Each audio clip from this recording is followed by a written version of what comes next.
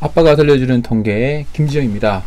체계적 문헌 고찰과 메타 분석 중에서 랩만으로 만든 다음 이제 그림을 그냥 하면 좋은데 그림을 조금 편집을 해야 되거든요. 그럼 그 편집하는 거를 조금 배워보도록 하겠습니다. 그 전에 한번 예제를 한번 볼게요. 다른 예제를 마침 찾은 게 있는데 누가 아는 분이 이제 공저자로 비슷한 주제라고 해서 이제 보내준 게 있는데 그걸 보면서 이제 비판적인 시각으로 한번 보도록 하겠습니다.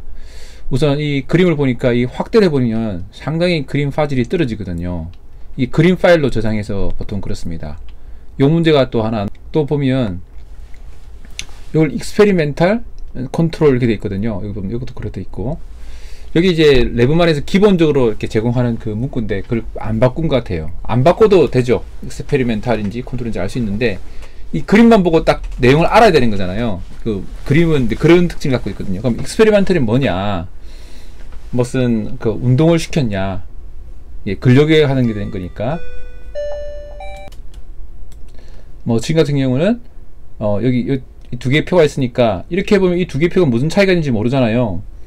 그러니까 이제 여기는 뭐 이제 그 뭐냐 그 에어로빅 엑서사이즈 넌 에어로빅 엑서사이즈다 뭐 이런 식으로 한다든지 이 표가 또 다르다는 걸 표시를 해줘야 될 것 같아요. 이제 그런 식으로 이제 요 문구를 바꿔야 되는데 문구가 바꿔지지 의무는 아니죠. 이게 의무는 아닌데 이제 그러면 좀 좋겠다 생각이 드는데 이건 디폴트 값으로 랩만에 있는 디폴트 값으로 했기 때문에 이런 문제가 생긴 거고요.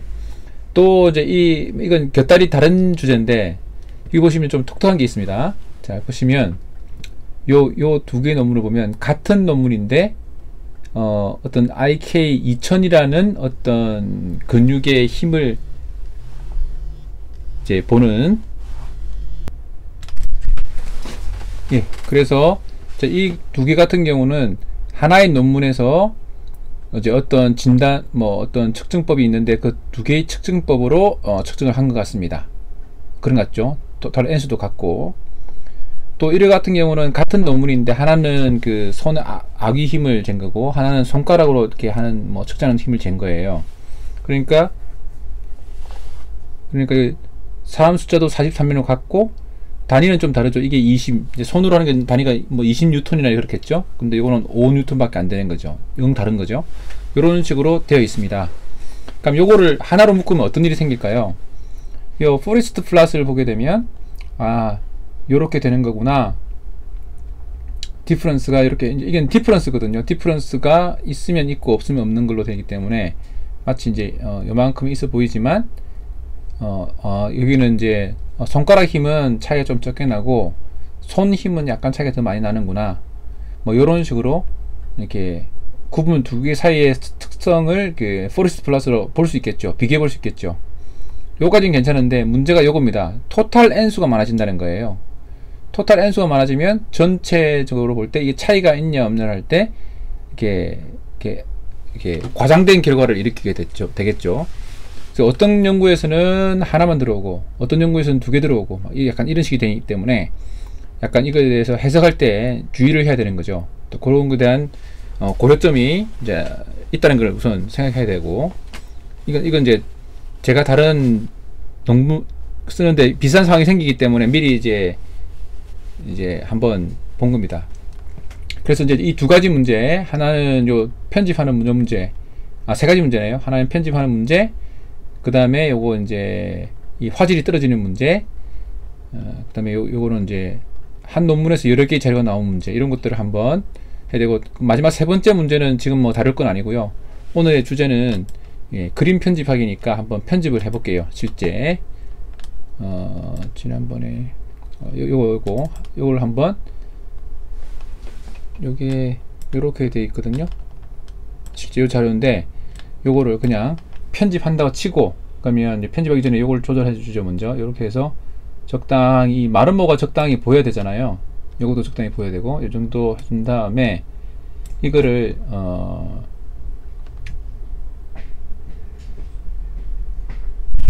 이렇게 해서 요거를 내보내게 할 때 어떻게 내보낼 거냐. 근데 이제 저장하게 하면요 몇 가지 방법이 있어요. SVG 파일로 보내는 방법이 있고 PDF로 보내는 방법이 있고 다른 것도 있거든요. 근데 SVG하고 뭐 SVG도 대표적인 벡터 파일이에요. 여기 이름이 벡터 되어 있잖아요. 이렇게 내보내는 방법이 하나 있고, 이것도 좋은 방법이에요. 이거를 하게 되면 이제 파워포인트 2016 이상에서는 얘가 그 편집이 가능해요. 그래서 이제 또는 이제 다른 이제 편집 프로그램 쓰면 이거 뭐 색깔도 바꾸고 뭐 다 바꿀 수가 있어요. 근데 이건 이제 다음에 이야기하기로 하고, 오늘은 PDF로 내보내는 방법을 하겠습니다. PDF로 내서 세이브 하게 되면 다운로드의 세이브가 아니고 데스크탑에다 하겠습니다. 세이브를 했습니다. 그래서 나왔겠죠. 자, 그러면 만들어진 PDF를 보겠습니다. 이거를 확대를 해보면, 쭉 콘솔에서 확대를 해보면 파일이 지금 1200배거든요 이 벡터 파일이기 때문에 PDF 파일도 크게 확대를 하더라도 얘가 그림이 화질이 좋아요. 그리고 이제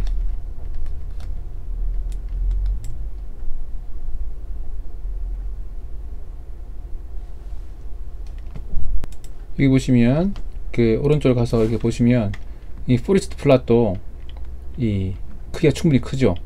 그래서 지금 400배로 되어 있는데 이 400배 되는 거를 자주 말씀드리지만 캡처해서 적당히 잘라서 쓰시면 화질이 좋은 그림을 만들어낼 수가 있습니다.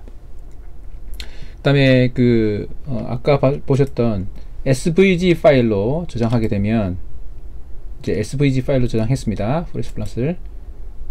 그러면 여기 보면 이제 바탕화면에 저장했으니까 보니까 포리스트 플랫이라고 해서 앞에 인터넷 익스플로러 파일이 되어 있죠. SVG 파일이라 되어 있고, 아마 여러분 컴퓨터도 그렇게 보일 겁니다. 그러면 이게 SVG 파일이 그 인터넷 익스플로러가 뷰어예요. 그래서 이제 쭉 확대를 해보겠습니다. 컨트롤 누른 상태 휠을 돌리면 확대가 되거든요. 역시 많이 확대를 하더라도 화질이 좋은 벡터 파일로 되는 걸 알 수가 있어요. 이 이름 자체가 벡터 파일, SVG가 V가 벡터니까 당연히 그렇죠. 문제는 이제 편집이 잘 안 되는 거잖아요. 그런데 이제 뭐 많은 경우는 이걸 편집할 필요는 없죠. 그냥 요대로 확대한 다음에 충분히 확대한 다음에 캡처해서 써도 되니까, 굳이 내가 이걸 그 편집을 하고 싶다 그러면 여기에 보시는 것처럼 잉크스케이프라는 그 윈도우랑 맥이랑 리눅스에서 쓸 수 있는 이제 벡터 파일 편집기가 있는데 요거를 사용해 볼 수 있습니다. 저도 이전에 이걸 사용했었고요. 근데 이제는 안 쓰죠. 그 파워포인트 2016에서 이게 가능하게 그 SVG 파일이 편집이 가능하기 때문에 그게 더 간단하거든요. 편하고. 그래서 이제 그걸 쓰고 있습니다. 한편 또 말이 나온 김에 요 확장자 중에 이거 EPS라는 것도 있거든요. 그 EPS도 이제 벡터 파일 중에 하나입니다. 그래서 이제 EPS가 있으면 또 이것도 이제 파워포인트 편집할 수 있는 그 EMF인가 다른 파일로 바꿔주는 뭐 convert.com인가 뭐 거기 가서 이제 다운받아서 바꾸고 뭐 이런 일을 할 수가 있어요. 편집을 하려면. 근데 이제 저는 이제 요즘은 그렇게 하지 않죠. 아까 SVG 파일이 있으니까 모든 것이 다 해결돼 버렸으니까. 그래서 만약 여러분들이 만약에 이제 파워포인트 2016을 쓰고 있지 않다 그러면 EPS나 이거랑 SVG라든지 EPS를 다운받아서 파워포인트로 편집할 수 있는 다른 거로 바꾸고 그 다음에 편집할 수도 있고, 또는 이제 대부분의 경우는 그 이제 특별한 경우에 편집이 필요한 특별한 뭐 이 컬러를 좀 바꾼다든지 색깔을 바꾼다든지 이런 거고, 대부분의 경우는 그냥 PDF로 바꾼 다음에 그림이 너무 또 화질이 떨어지기 때문에 확대를 좀 해서 충분히 그 다음에 캡처하는 방법으로 해도 된다. 뭐 그 정도로 요약이 될 것 같습니다. 그래서 오늘 주제는 뭐냐, 그 레브만에서 그림을 좀 편집하겠다 그런 겁니다. 아, 저 중요한 내용에 빠졌네요. 그 다음에 두 번째가 이제 보면 여기 이제 이렇게 되어 있잖아요. 익스페리멘탈 컨트롤인데 이걸 편집해야 되잖아요. 여기 설정에 딱 가시면 여기 보면 이제 이 어퍼림, 이것도 이름도 좀 바꿀 수 있죠. 여기 어퍼림을 되는 거를 뭐 어퍼림 뭐 이렇게 바꾸고 어퍼로 바꿀 수 있고 뭐 한다든지, 그 다음에 이것도 바꾸고 랜덤 이펙트를 픽스드 이펙트 이렇게 바꿀 수 있는데, 요거는 오히려 여기서 이렇게 바꾸는 게 편합니다. 그러니까 굳이 할 필요 없고, 그 다음에 요것도 이제 요거는 여기서 바꿔야 되는데 바꿀 수도 있고, 그 다음에 그래프에서 보시면 여기서 이제 익스페리멘탈 대신에 뭐 여기는 뭐 에어로빅으로 빅 철자 뭔지 모르겠는데 exercise S인가? 요렇게 빠졌네요. 여기 보면 favor E 하고 요 가로친 것도 좀 줄이죠. 뭐 이렇게 해서 favor to favor 이렇게 이런 식으로 뭐 고친다든지 이런 식으로 편집해 줄 수가 있습니다. 그리고 여기 보면 솔팅이 있는데 아이디별로 솔팅 하든지 연도별로 솔팅 하든지 웨이트나 이런 걸로 솔팅 할 수 있어요. 보면 웨이트라는 건 뭐냐면 여기 보면 웨이트 나오잖아요. 이게 그 웨이트가 큰 거라는 건 좀 이제 그 숫자가 많은 거 뭐 그런 n수가 많은 거 대충 말해서 할 때 뭐 그런 것들을 가지고 한다든지 또는 리스크 바이어스가 있잖아요. 그래서 그걸로 할 수도 있겠죠. 그러면 이제 리스크가 많은 놈과 작은 놈, 바이어스가 큰 놈, 작은 놈을 가지고 구분해서 뭔가 바이어스가 좀 있는 쪽은 좀 오른쪽으로, 왼쪽으로 이런 경향을 볼 수 있거든요. 이렇게 편집할 수가 있습니다. 요것들이 요 위에 있는 거예요. 요 위에 있는 거. 요걸 가지고 보시면서 분석하기에 훨씬 도움이 되는 거죠. 그래서 그 설명을 드리려고 그림 편집할 때 그런 꼼수들이 있으니까 그거를 잘 활용하시면 좋겠고, 그리고 특히 리스크 바이어스 같은 경우 이렇게 있잖아요. 이러면 리스크를 먼저 입력을 해야죠. 그건 이제 입력하는 법은 다음 기회에 또 동영상으로 배우도록 하겠습니다. 자, 그러면 오늘도 감사합니다. 수고하십시오.